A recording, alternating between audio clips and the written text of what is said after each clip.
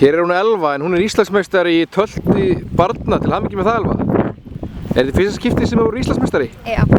Og ef þú segir fólkinu heima, hvernig tilfinning er að vera Íslandsmeistari? Hún er mjög góð. Ertu búinn að segja mér frá hestunni þínum? Þetta er Straumur, hann er 8 vetra.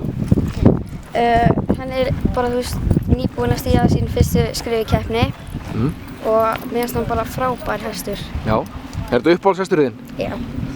En eru þið búin að vera að keppa í fleiri en tölti hérna á Íslandsmótinu? Já, við kepptum í fyrra. Já, en núna voruð þið að keppa í fleiri greinum en tölti? Já, 4 gangi. Og hvernig gekk þar? Ég endaði 3. til 4. Já, flott. Þannig að þetta er búið að ganga aldrei vel. Já. Og ætlar þú að verða atvinnukona í hestum þegar þú eru stór? Já. Og ætlar bara að klára fyrst grunnskólan og svo framhaldsskóla og beint á hóla? Já.